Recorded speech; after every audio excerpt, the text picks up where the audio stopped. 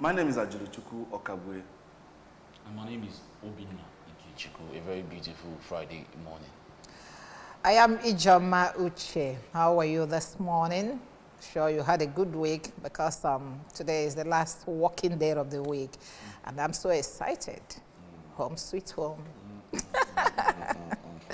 Well, that's where we're starting this morning on the newspaper review on ABS Good Morning Anambra this morning. Don't go anywhere, the show is about to begin after this short timeout.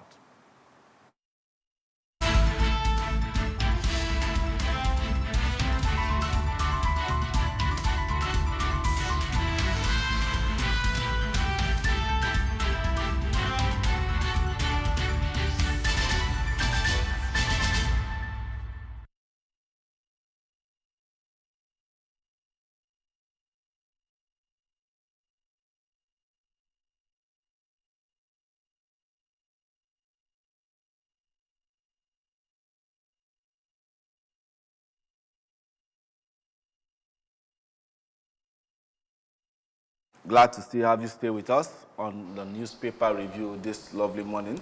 As tradition here, we begin with the news making rounds on the ABS website.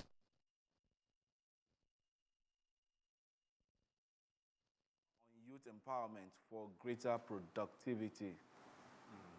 And we have Anambra State Assembly passes bill for law to establish state indigenous traditional medicine practices regulatory agency. Odimma Orumba North Local Government Area embarks on school moral campaign. Anambra State Government authorizes principals, teachers to seize phones from students. Reps propose tax exemption on personal income of military personnel. And lastly, from our website this morning, at least 14 South African troops killed in fighting in DR Congo. A sad one there. We're talking about Soludo seeking partnership with the church on youth empowerment for greater productivity. Well, that's nice one to come in because we seem to be a religious nation and there's nothing we do in this part of the world that the church is not involved in it. So now getting the church to pull their weight into, arresting these issues of our youth and not wanting to be productive is a very, very welcome development. But let's see how it goes. I hope it cut across every denomination, talking about the churches we have, the predominant churches we have in this part of the world. Naturally, it will cut across. It is, everybody, like you said, is religious here. But this is one thing that I will have to look out for because recently there's this campaign of calumny that people are carrying against the state government and the executive governor that he is fighting the church. Okay, so if you had watched that, I think he made that statement at the Alice Kweme Square where Enenche and his group, had their regional convention. Okay, you can't just take a part of a story and run with it. He said, if you want to evangelize, get a space. After talking to that young man, I heard what he said, except you want us to charge you for this space that you are staying. Do you understand? So that's exactly what he's saying. He said that you don't come and distract people that are in the marketplace or elsewhere because you want to preach. People that come to the market did not come to church. They came to buy and sell. It is business area. That's exactly what he was saying. But, a lot of people misunderstood him and then went to town with the story that the Suludo is fighting the church. I believe that will even be a good one for him because this issue of, or rather this situation of, keeping, fake traditional medicine doctors behind bars and now trying to regulate unnecessary preaching or something like that. So probably it's a 50-50. We're seeing it's not just on one party, it's on both sides. So also we have to commend the governor on this, seeking partnership because over the past, let's say 15 years since the government of Mr. Pitobi, we've seen the church being involved in, education, and we've seen how, this has actually raised the quality of education and all that. I was speaking with some of the students from some of the missionary schools both run by the Anglican, both run by the Catholic, and some other. And you see the quality, you hear from them, you notice the quality of the education they receive from these schools, and at a very reasonable and subsidized rates compared to some private schools where they charge as much as 200,000, 300,000 per term.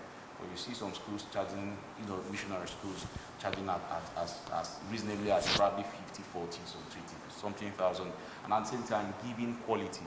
So probably the governor has seen this and he's saying, you guys, you just can't stop at, the normal modular education.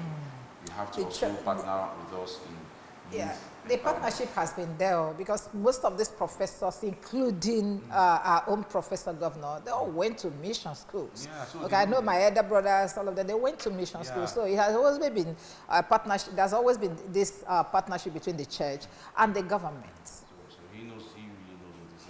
Let's look at the situation in DR Congo. This has been going on for a while now. The M13 on the part of Rwanda and a section of DR Congo. There have been lots of fingers pointing at the president of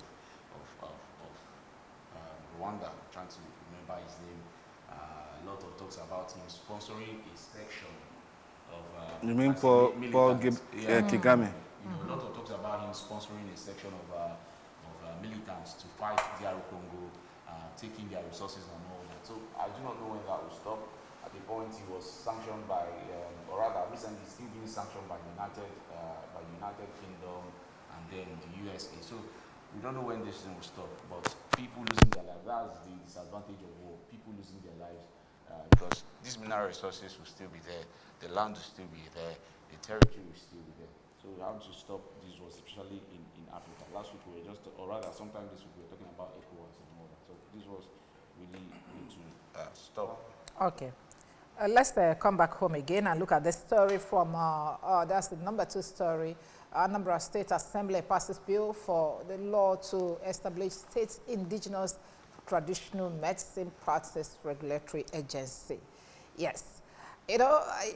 What is happening in this area is also what we discussed earlier about the church and the government is also happening in this one because people say that the government is fighting traditional medicine practitioners. Okay, but he has come out several times to say that no, I know the people I'm looking out for, the people that are aiding and abetting insecurity in the state. Yes. Okay, and this kind of bogus and dangerous life that our young people live today, you are 14, you want to go and kill your father, kill somebody else, cut off the head, and then make money. This ritual. People, Anambra State, if we be Batego on the Anambra State, not Batego, and over the years, when they talk of our Naibwa, second thing will go on the Anambra State. So how can you all of a sudden, say that you want to do rituals to make money, thereby rubbishing the efforts of your fathers and your grandfathers? That's not good enough, and that's what the government is trying to fight. So that when you struggle to make your money as a Onya Anambra, nobody will stand out to tell you that you are a ritualist. Okay? You understand? You go to social media and see what's going on there. Well, let's name these 2 stories together because they are connected. That's talking about Odema Orumba North local government area embarks on school moral campaign. And Anambra State government authorizes principals to teachers to seize phones from students. Honestly speaking, this day, with the advent of technology and the rest of it all, I don't know what a child will be doing with phone in school, you understand? If you have homework to do, maybe when you get home, you can use ChatGPT and the rest of it all, Meta, the AI, to solve your homework and then maybe your mathematical equations and the rest of it all. But going to school with phones, sincerely speaking, it's out of it entirely. It's like during our days, going to school with the box television. That's what it looks like. Exactly, that's what it looks like. Because what the entertainment you get from that TV is what you're getting from the phone. And not just entertainment, but you're meant to be in school and you don't need to be distracted. Sincerely speaking, I wasn't even waiting for the state government to authorize this. This should have been normal practice in school. What will a child be doing in school with phone?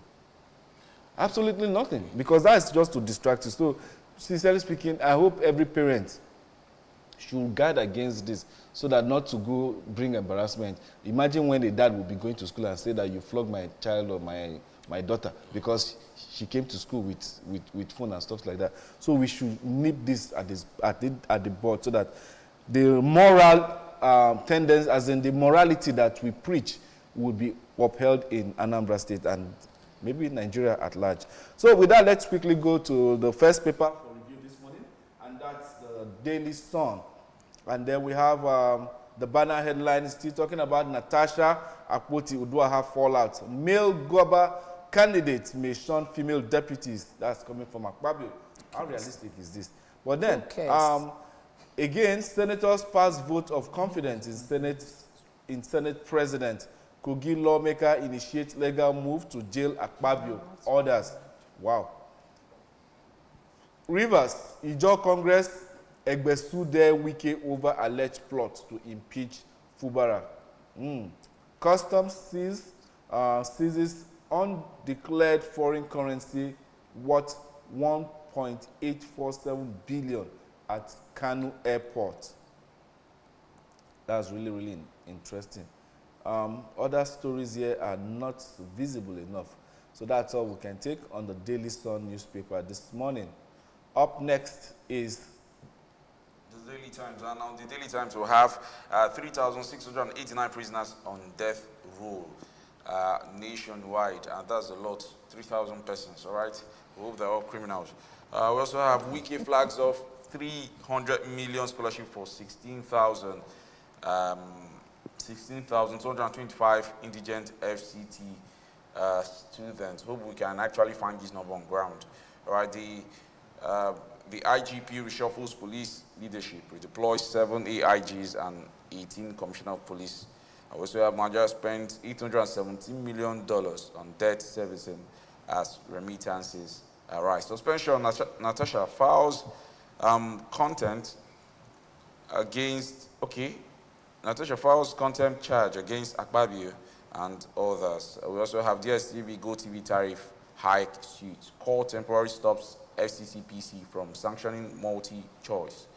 And then we have Customs sees 1.86 billion naira undeclared. Customs sees 1.86 billion naira undeclared foreign currency at Kanu Airport. Okay, let's get over to Vanguard and see what's trending there. But the banner headline there says tax bills. Reps adopt 7.5% VAT. Reject increase to 15%. And then the riders there say reject inheritance tax. Approve committee's report. We await details of approved commit. Okay, we await details of approval before comment. And then don't celebrate here. CSO advises Nigerian. Those of them that are waiting for the approval, I think they're the Nastemas. Okay. Other stories, Tinubu breaks fast with Senate leaders. Okay. And then up here we have this other story, federal government to curb borrowing by optimizing assets, resource mobilization. This is coming from June, the CBN governor. Millions of Nigerians still struggling with poor internet access. This is coming from the minister. Tinubu has performed very well. Peter Obi, the very well is in apostrophe, okay. And then we will enact Fly Nigeria account to boost local airline, KMO. Down here, Rivers crisis, we will shock Tinubu if Fubara is impeached. This is coming from Egbesun. Who are the Egbesun? It sounds like a cult, okay. But the judge to Tinubu, weakest rhetoric is inflammatory, dangerous, embarrassing.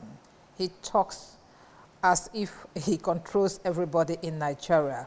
Rivers Assembly to probe CJ over alleged age falsification, and then consider interest of Rivers. Fubara begs lawmakers and others. The young man is still begging. That's good of him, very humble. Okay, and then moving further, the Lagos-Calabar Coastal Highway Obasanjo, free not to use road when completed. Umahi, I hate how people in power talk. They talk so carelessly. For 50 years, we have been spending money belonging to unborn generations. This is from Tinubu. And right here, we have Nigeria on blink. Nigeria on blink, but there is hope. This is coming from Catholic bishops. I think that's all coming from Vanguard newspaper this morning. Up next is the Punch newspaper this morning for review. And then we have tax reforms. Reps approve new VAT sharing formula for states. And then we have federal government foreign airlines begin talks over rising fares.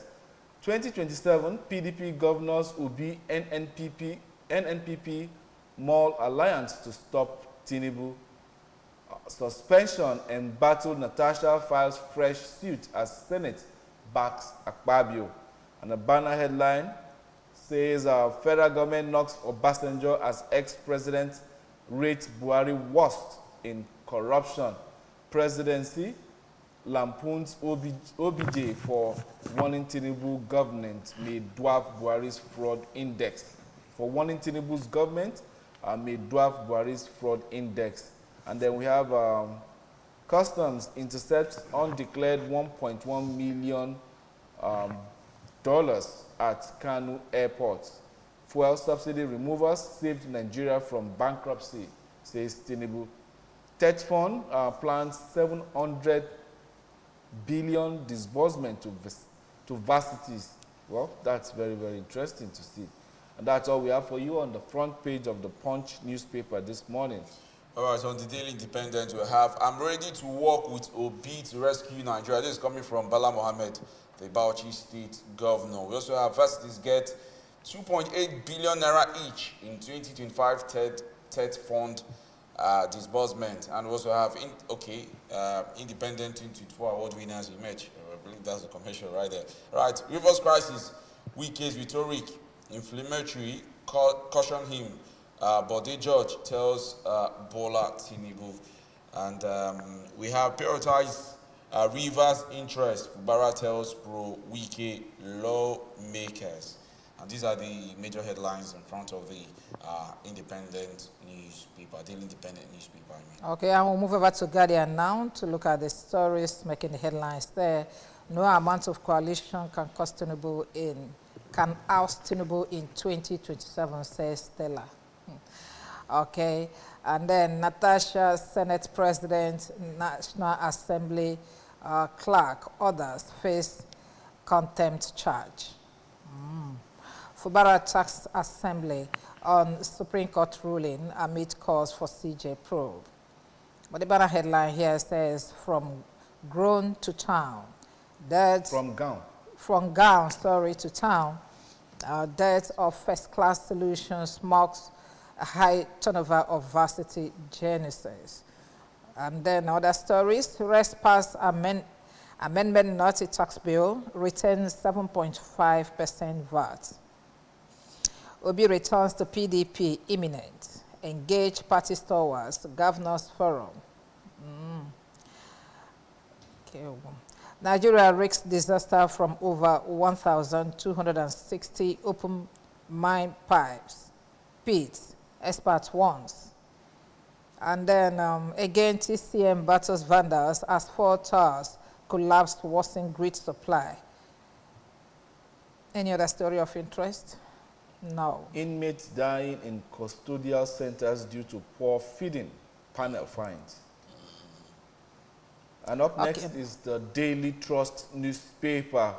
And we have federal government opposes National Assembly's proposal for 200 new universities. And Senate reps keep mum. Sangaya schools to get food, vocational training for Almajiri grant and for teachers. And then we have bandits abduct 10, injure 2 in Kaduna midnight attacks. CBN, NSA go after Naira hawkers and abusers. Federal government to mandate use of Nigerian airlines for official trips. VAT remains 7.5% as reps adopt tax reform bills. Buhari reaffirms loyalty to APC after El Rufai's defection comment. Bala Mohammed declares Obi Nigeria's opposition leader. We take drugs with stream water. FCT community residents. That's coming from them. Well, worrisome. The picture there, you see stash of foreign currency. I guess this was what was discovered at the Kano airport. All right, moving to the Nigerian Tribune. We have tax reforms. Reps restrict president's power to exempt and waive tax payment.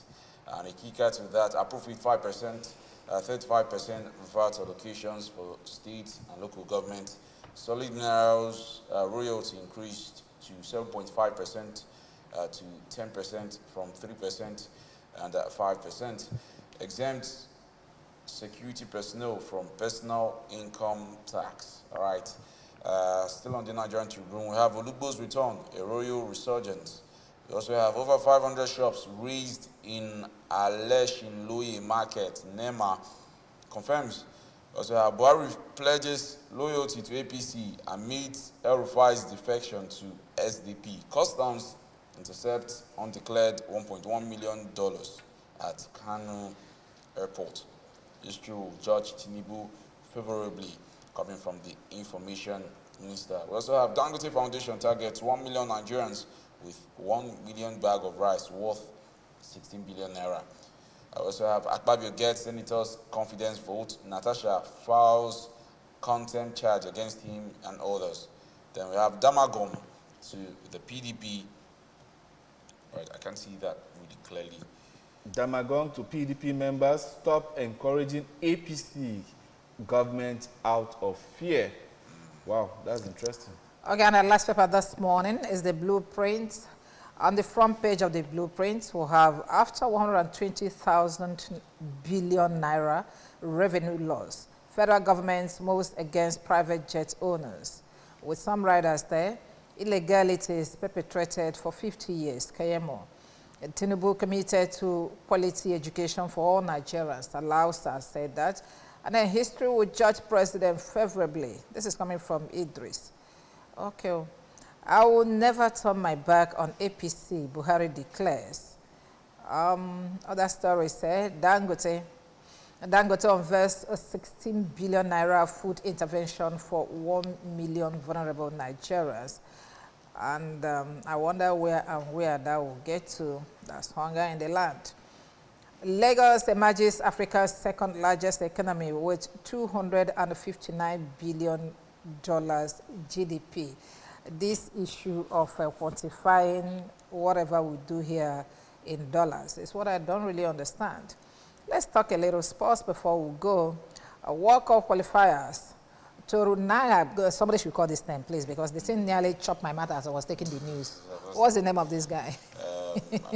Okay, Tolorunga replaces Stella in Super Eagles squad. What did you call the name? Torunariga. Yeah, Torunariga. Torunariga. Yeah. Okay, replaces Stella in Super Eagles squad. Okay, that's all we have for you this morning from the pages of the newspapers available to us this morning. Let's get talking, gentlemen.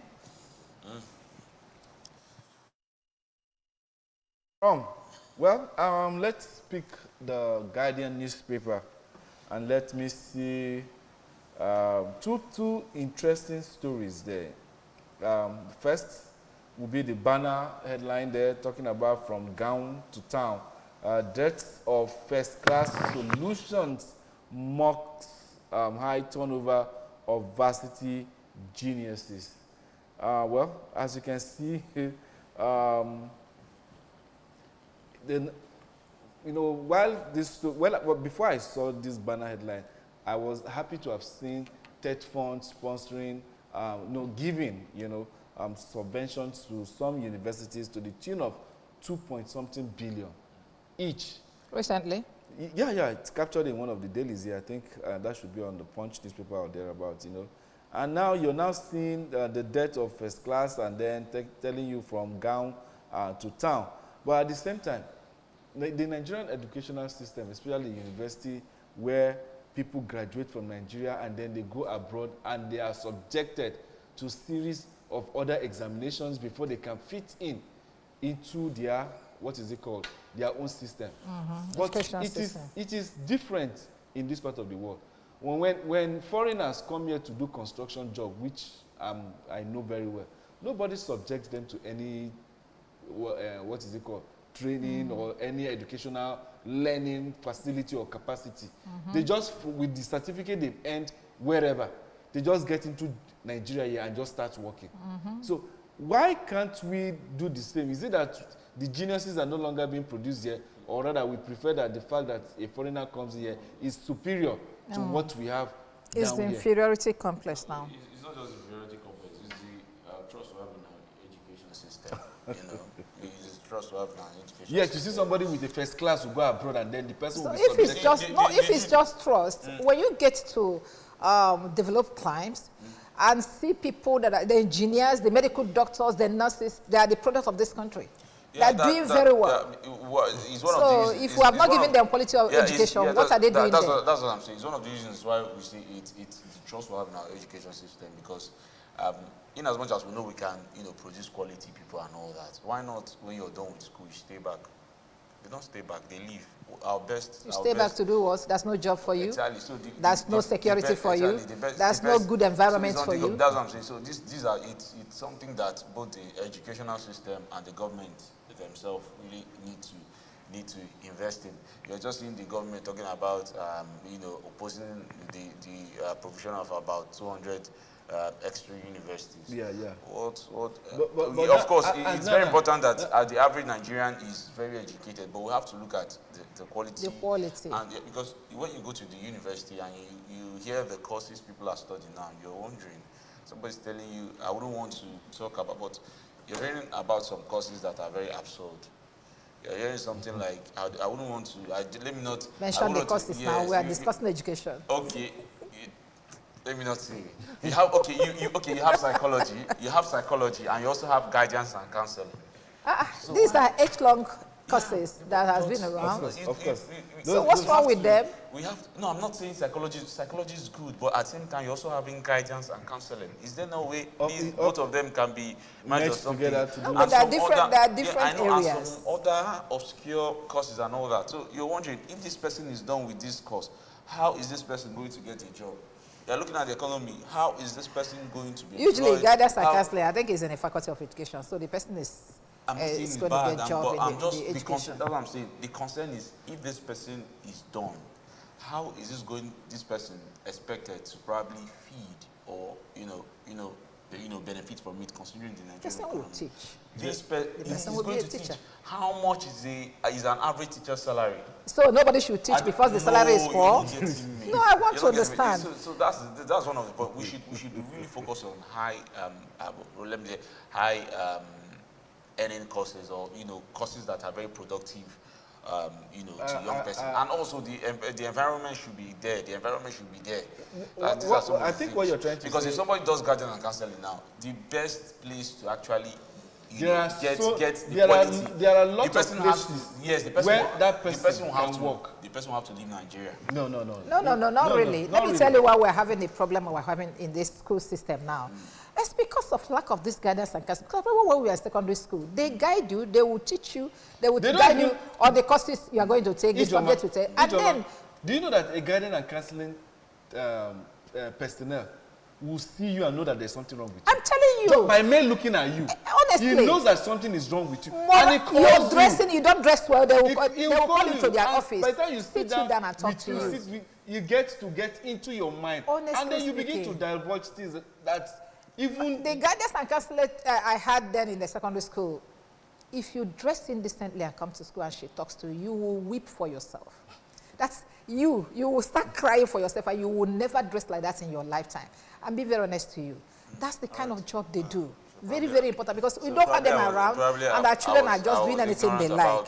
No, they are very, very. They work in so many areas in the society. No, these courses complement each other. Yeah. Now, talking about 2027, I don't know why this 2027 is gathering so much momentum. Even from last year, we've been having permutations and here and there and there. And to me, it makes it seem as if, now, to every comment that the opposition will say concerning 2027, you will see the administration having something to say about that.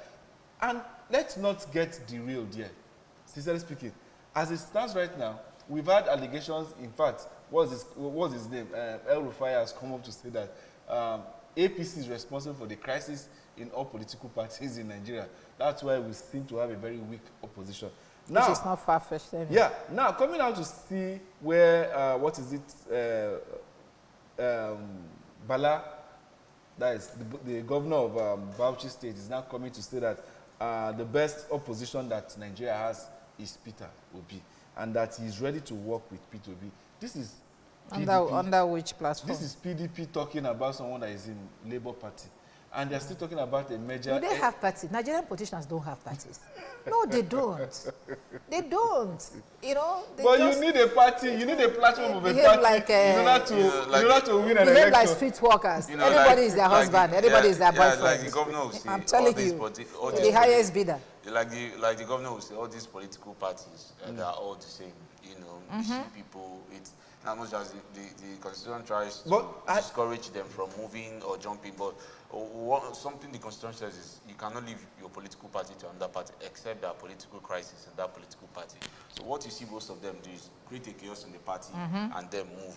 So these are some of the things, and even since then, you know. And talking about creating the chaos, I think you heard what El-Rufai said, that it is APC that is creating the crisis, so that people will be moving to APC. So, is there no crisis in APC? Yeah, so these are the, but at this point, normally it shouldn't be about the next elections. It should be about, because there are a lot of things. The current government, you know, cannot say that there are no, you know, pressing issues.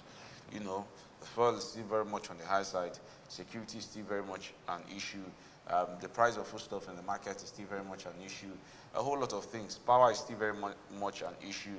You know, and incessant really increment in tariffs here and there. The quality of the power we've been having is being really, really very bad. Tariff, taxes, and all that. So, you know, there's no better campaign, there's no better campaign than, you know, making sure that the average citizens, the people you're leading, no matter how lots of questions about how you got to power or something like that, but the most important things are the people you're leading will, you know, a reasonable number of them are, you know, benefiting from what you're doing. And it's not about you being a benefactor. These are the things your citizens deserve to live for. I saw a clip of Peter Obi yesterday talking about Indonesia and Nigeria. In 2014, a president was elected in Indonesia. In 2015, a president was elected in Nigeria. And look at, in 10 years, in 15 years, the difference is that Indonesia has been able to increase their GDP, and then Nigeria has actually halved their GDP. So these things is really not good. So it depends on what we are elected to do. Some people are elected to improve their nation. Exactly. Some are elected to run down the nation. That's what we experience. So but it's true now. Look at what is going on politically. Yeah. So if your interest is on your people, believe me, you really, of course, you campaign. You start like we're saying in Anambra, of course, but your campaign is going to be way easier. You're not going to have to spend some money trying to convince a big shot somewhere to convince people. You're going to, those monies you give big shots to convince people or town criers or whatever, put it into work, and believe me, it's going to make your work easier. So it's both the APC, the PDP, and all that. They need to come to now.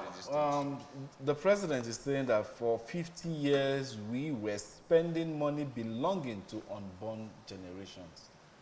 For 50 years. We were spending money.